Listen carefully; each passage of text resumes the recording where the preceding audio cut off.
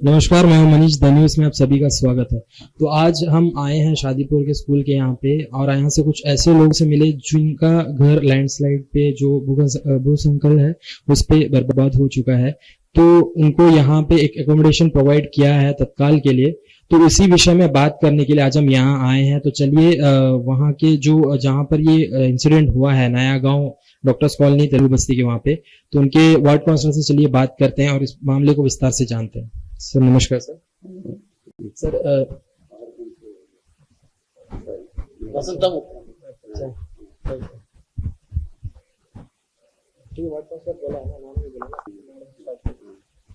नमस्कार नमस्कार, सभी का नमस्कार और मीडिया आपका भी नमस्कार। बहुत बहुत धन्यवाद मैम। तो हमें इसके बारे में बताइए जो अभी ये इंसिडेंट हुआ है इसके बारे में। ये तो 7-8 महीनों के पहले मट्टी काटने की वजह से, एयरपोर्ट मट्टी काटने की वजह से ये स्लेडिंग होता था। स्लेडिंग बोलने से थोड़ा थोड़ा करके क्रैक हुआ। स्लेडिंग थोड़ा स्टार्ट किया, वो लोग रिटेनिंग वॉल बनाया, उसी में रिटेनिंग वॉल रुका नहीं। उसके बाद क्या हो गया, बारिश की वजह से ये घर सारा थोड़ा थोड़ा करके क्रैक हुआ। क्रैक होते होते होते क्या वो मट्टी कभी भी रुका नहीं। वो बनाते बनाते कड़ा नहीं होता, वो स्लेडिंग हो जाता। इसी की वजह से कर थोड़ा थोड़ा करके ऐसी क्रैक रहते रहते क्या हो गया, सारा टूटने शुरू हो गया। बारिश होता तो बारिश पानी पूरा नीचे जाता, मट्टी के अंदर जाता। मट्टी के अंदर जाता तो सपोर्ट नहीं है, बिल्डिंग का सपोर्ट नहीं है, सारा घर स्लेडिंग हो गया। अभी एकदम डैमेज हो गया, आदमी रहने के लायक ही नहीं है। इसलिए हम लोग को वो दिन आके सभी को बुला के म्यूनिसिपल से चेयरमैन मैडम और सेक्रेटरी सर और ऑफिसर से सभी का लेके आके हम लोग को दिखाया। उसी में उन लोग को बोला ठीक है, इमीडिएट इधर से खाली करना है, इधर रहना बहुत डेंजरस कंडीशन है, इसलिए सभी का हटाना। तहसीलदार को भी बुलाया, सबको बुलाया। उन लोग को बोला, तहसीलदार ऑफिस से भी बुलाया, अभी इधर नहीं रहना, खाली करिए ऐसा करके बोल के सबका लिख के नाम सब लिखा है। लिखने के बाद कब का बात है, कब हुआ था शादी?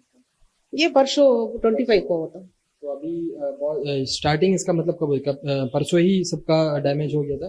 नहीं, ये तो 7-8 महीना से हुआ है। पहले भी एक इंस्पेक्शन करा, आपने कंप्लेंट किया? एमडी सबको लेके के इंस्पेक्शन कराया था। उसी में भी हम लोग का सुरेंद्र से भी मिला है। वो लोग बोला हम लोग का इधर में तो हम लोग का टेंडर नहीं दिया, हम लोग तो आरडीएस के पास काम करा, मेरे को इसका संबंध नहीं है करके बोला। उसके बाद कोरोना की वजह से हम लोग किसी मिलने के लिए थोड़ा मौका नहीं है। उसका बाद अभी तो इलेक्शन भी आ गया बीच में, फिर हम लोग उसका बाद अभी तो स्टेप लिया। बारिश हुआ ना, बारिश की वजह से पूरा डैमेज हो गया, सारा गिरने शुरू हो गया।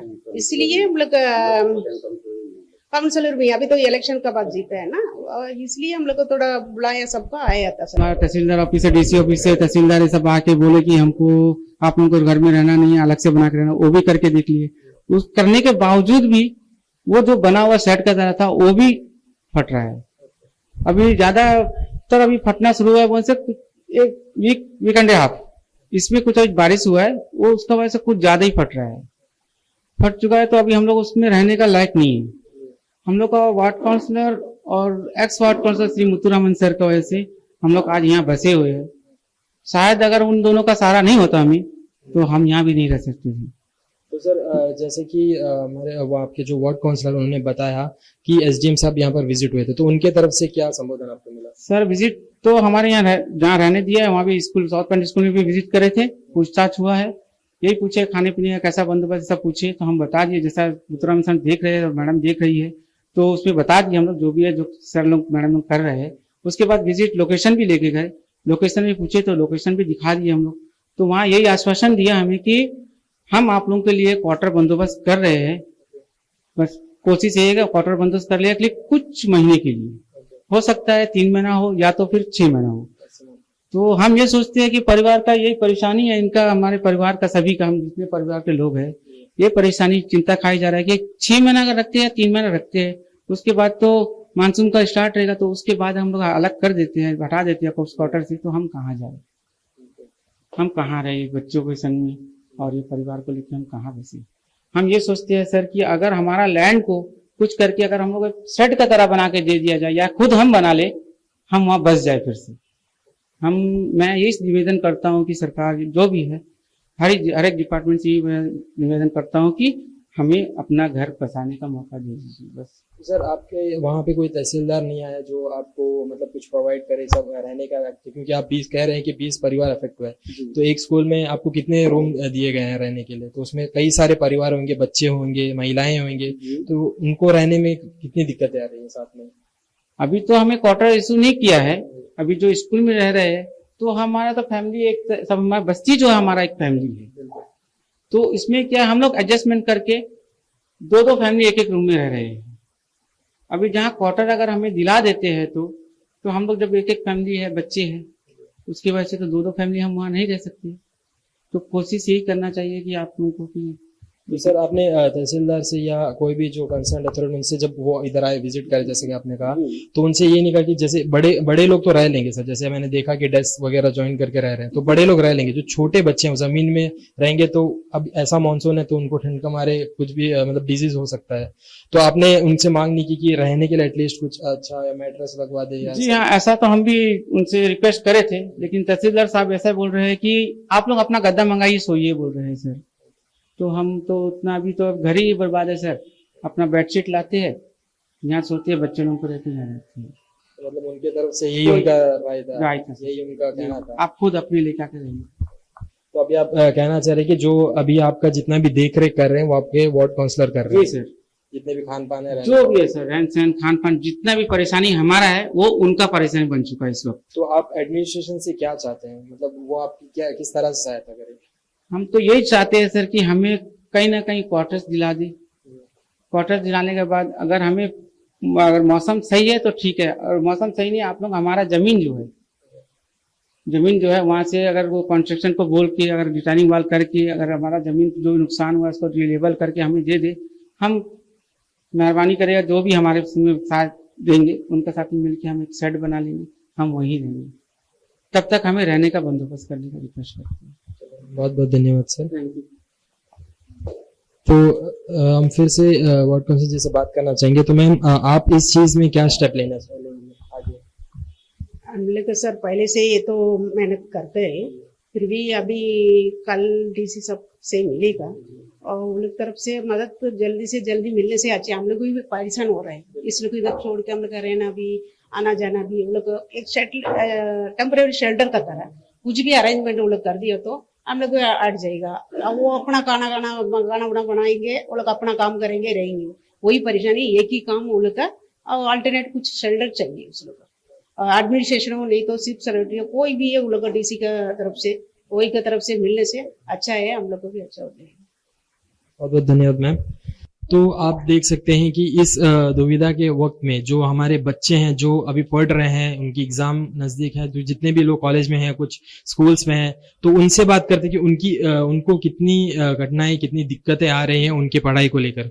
तो आइए हम बात करते हैं कुछ स्टूडेंट से। आपका नाम बताइए। मेरा नाम दर्शिता है। तो दर्शिता, हमें ये बताइए कि आपको क्या क्या दिक्कतें आ रही हैं? अब ऐसा इशू हो गया, इतना इफेक्ट हो गया आपके वहाँ पे, तो यहाँ पे आपको क्या दिक्कतें आ रही है? I am a student of JNRM college. वहाँ पे अभी फर्स्ट सेमेस्टर का एग्जाम चल रहा है, कंटिन्यूस एग्जाम है, there is no leave at all. तो उस वजह से जब यहाँ पे हम लोग आ गए तो पढ़ने के लिए तो कोई अवेलेबिलिटी नहीं है, क्योंकि यहाँ पे नेटवर्क इश्यूज भी है और एनवायरमेंट भी वैसा नहीं है कि हम यहाँ पे बैठकर पढ़ सके। तो पढ़ाई में काफी दिक्कत हो रही है। कल भी एग्जाम है, बट स्टिल हम लोग यहाँ पे अभी रुके हैं, ये उम्मीद कर रहे हैं कि कुछ होगा फर्दर। और क्या दिक्कतें आपको वैसे आ रही है यहाँ पे? जैसे कि फर्स्ट इशू इज स्टडी में तो दिक्कतें आ रही है, और हम मोस्टली गर्ल्स हैं यहाँ पर, तो menstruation is also an issue. तो उस वजह से भी काफी प्रॉब्लम्स हो रहा है। यहाँ पे वैसी फैसिलिटी नहीं है, बाथरूम फैसिलिटी नॉट, वो सब वहाँ पे प्रोवाइड नहीं किया गया है, तो ये भी प्रॉब्लम है देखा जाए तो। हम एक और बच्ची से बात करेंगे। आप आगे अपना नाम बताइए। मेरा नाम दिव्या है, हम JNRM का स्टूडेंट है। हमें बताइए आपको क्या क्या दिक्कतें आ रही है? अभी मेरा मास्टर फाइनल ईयर चलता है, मेरे प्रोजेक्ट का काम चलता है, बट यहाँ में मेरा कुछ भी नहीं होता है, क्योंकि यहाँ पे ऐसा एनवायरनमेंट है ही नहीं कि हम पढ़ सके। इतना नेटवर्क का तो बहुत ही, प्रोजेक्ट मेरे को मेन सबमिट करना है, बट अभी ऐसा होता नहीं है यहाँ में मेरे को। तो आपको उसके लिए लैपटॉप चाहिए होगा, कनेक्टिविटी को चाहिए, करंट चाहिए, और वो पिन भी यहाँ में कैसा हम सेट करेंगे, ऐसा मेरे को कुछ फैसिलिटीज ही नहीं है जो हम कर सके। और क्या इसके अलावा आपको और क्या दिक्कतें आती हैं, और आप क्या चाहेंगे एडमिनिस्ट्रेशन की तरफ से? हम एडमिनिस्ट्रेशन से यही चाहेगी कि हम लोग को एक शेल्टर जल्दी से जल्दी प्रोवाइड किया जाए, क्योंकि हम लोग को बहुत ज़्यादा इशू होता है, मेंस गर्ल्स को बहुत ज़्यादा इशू होता है। सबसे ज्यादा।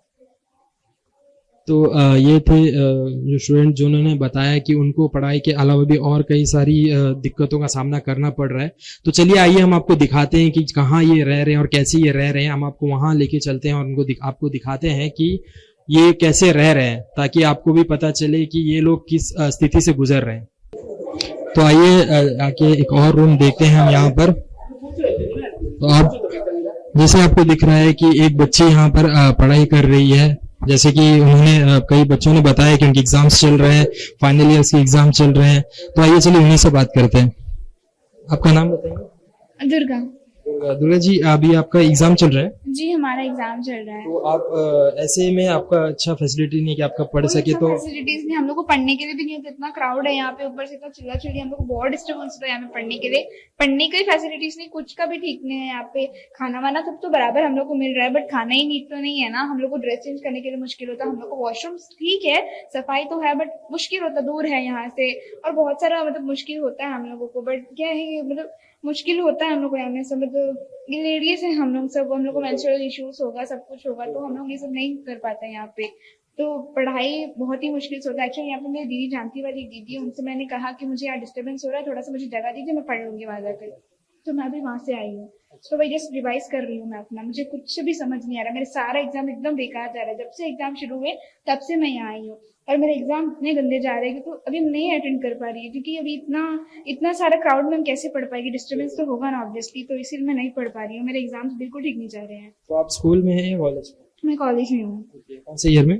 BA English first year. जी।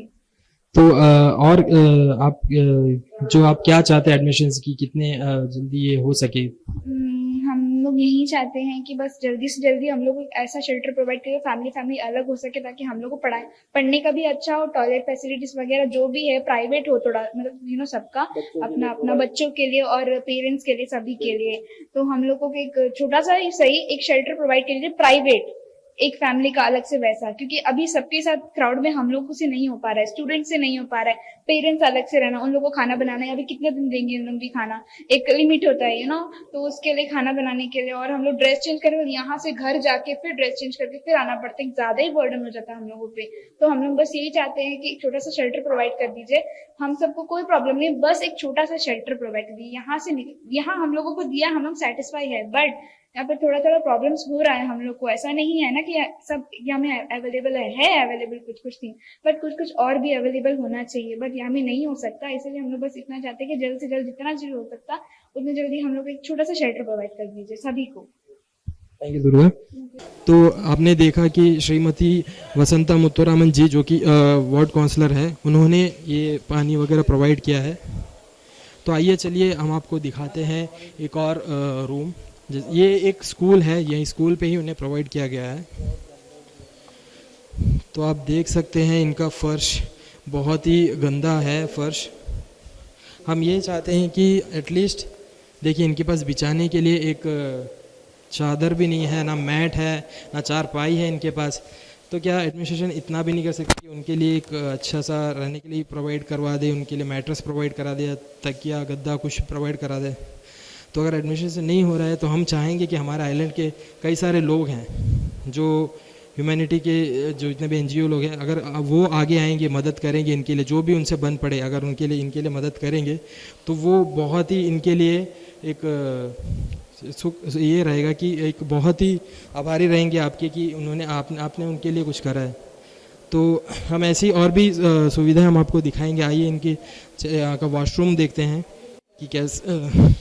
तो आप देख सकते हैं कि यहाँ पर पानी भी इन्हें प्रोवाइड नहीं किया गया है। हमें पता चला है कि ये यहाँ के काउंसलर द्वारा प्रोवाइड किया गया है ये पानी, क्योंकि एडमिनिस्ट्रेशन अपने लोगों के लिए मतलब एक पानी का भी व्यवस्था नहीं कर रही है। जो काउंसलर है, जो अभी भी इन लोगों ने उन्हें प्यार देकर जिताया है, उन्होंने ये पानी का ये सब कुछ प्रोवाइड किया है। तो आप देखिए यहाँ पर करंट्स शायद बल्ब ऑफ करके रखे हुए हैं, इसलिए शायद आप देख सकते हैं यहाँ पर। तो चलिए शायद किसी ने लाइट ऑफ कर दिया होगा, इसलिए हम उनसे जला के देखते हैं।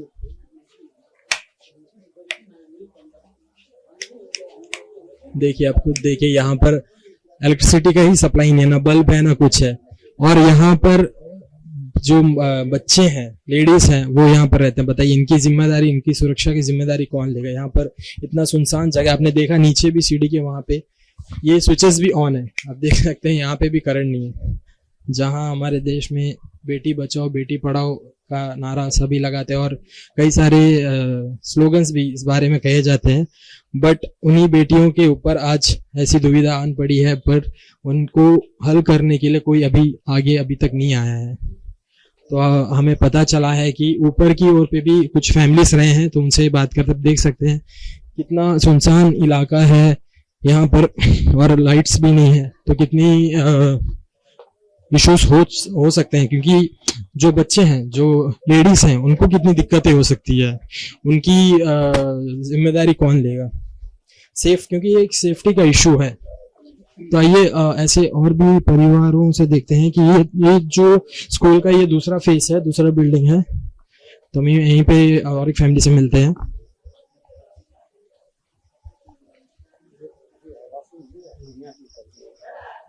तो अब देखिए यहाँ पर भी एक फैमिली है, आप देख सकते हैं। यहाँ पे फर्श टाइल्स का नहीं है, सीमेंट का फर्श है यहाँ पे। तो अब देखिए इतनी छोटी जगह पे यहाँ पर ये रह रहे हैं। आप खुद देखिए सारे रूम, जितने भी रूम्स हमने अभी तक आपको दिखाए हैं, सब सिमिलर ही है, सबके हाल ऐसे ही हैं, सब नीचे ही सो रहे हैं।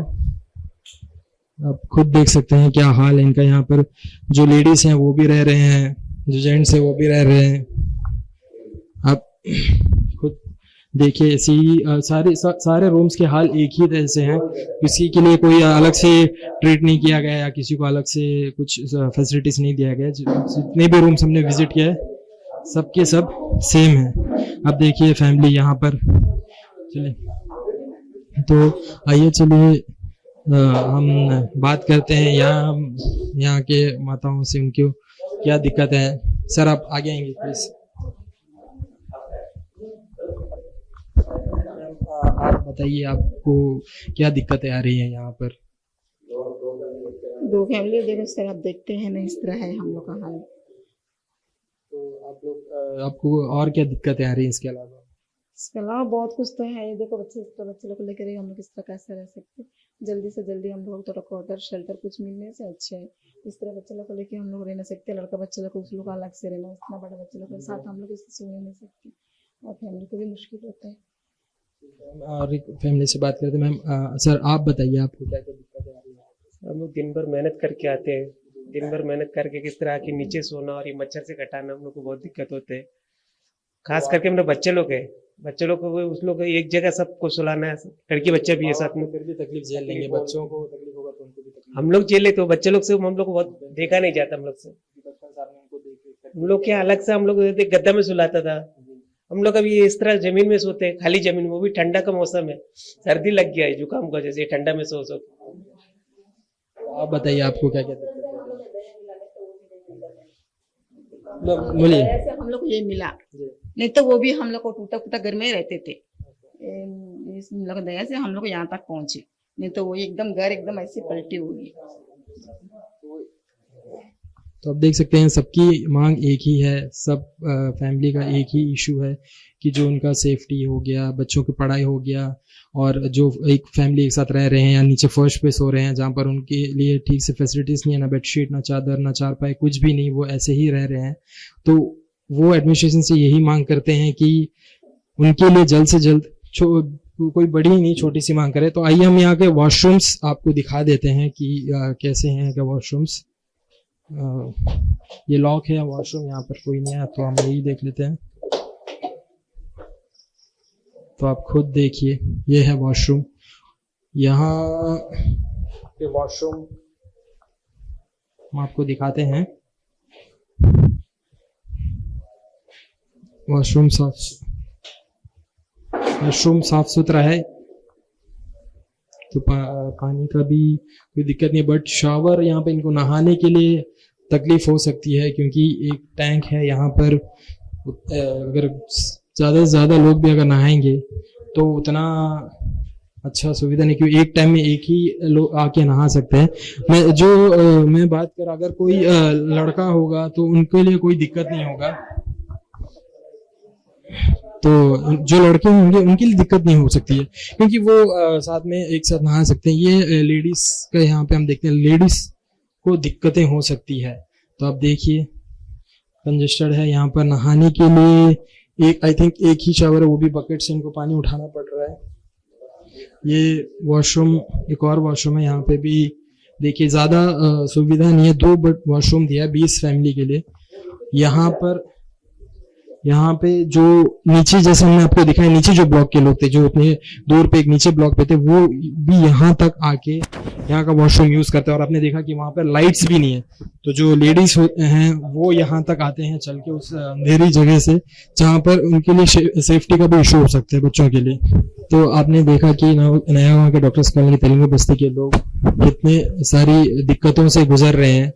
तो हम चाहते हैं कि जितने भी लोग यहाँ पर हैं, जितने भी लोग हमें सुन रहे हैं, हमें देख रहे हैं, इन लोगों को देख रहे हैं कि कैसे ये यहाँ पर रह रहे हैं, तो प्लीज आप आगे आइए, अपने गुडविल से, अपने ओन इस इंटरेस्ट से आगे आए और इनको जैसे भी हो सके हेल्प करें, इनकी मदद करें, चाहे वो खाने का रिलेटेड हो, रहने का हो, या आपसे जो बन पड़े आप इनके लिए करें, मदद करें। क्योंकि ये हमारे आइलैंड के लोगों की बात है, हमारे आइलैंड के लोगों के लिए, हमारे माता पिता भाई बहन जितने भी लोग परेशान हैं। तो हम ये अपील करते हैं कि जितने भी लोग हमें सुन रहे हैं, जितने भी लोग, उनसे जो बन पड़े, जैसे भी बन पड़े, जो बन पड़े, इनकी सहायता करें। और एडमिनिस्ट्रेशन से हम ये चाहेंगे कि इनकी दुविधा, जो भी इनकी समस्या है, इसको हल करे। क्योंकि ये कोई बड़ा ये नहीं हुआ है, ये 20 परिवार है। इन 20 परिवार को रहने के लिए तो जो बन पड़े, जैसे भी बन पड़े, इनकी मांग इतनी है कि आप जो वो लैंड इनका डैमेज हुआ है, जो घर डैमेज हुआ है, उस एरिया को आप थोड़ा सेटल करके वहां की मिट्टी हटा के रिटर्निंग वॉल डाल के अगर दे देंगे तो वो खुद अपना जो भी है वो कर लेंगे।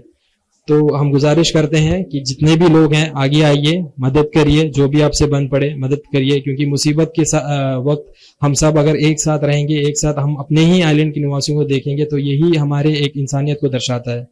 तब तक के लिए मैं मनीष आपसे विदा चाहूंगा। नमस्कार।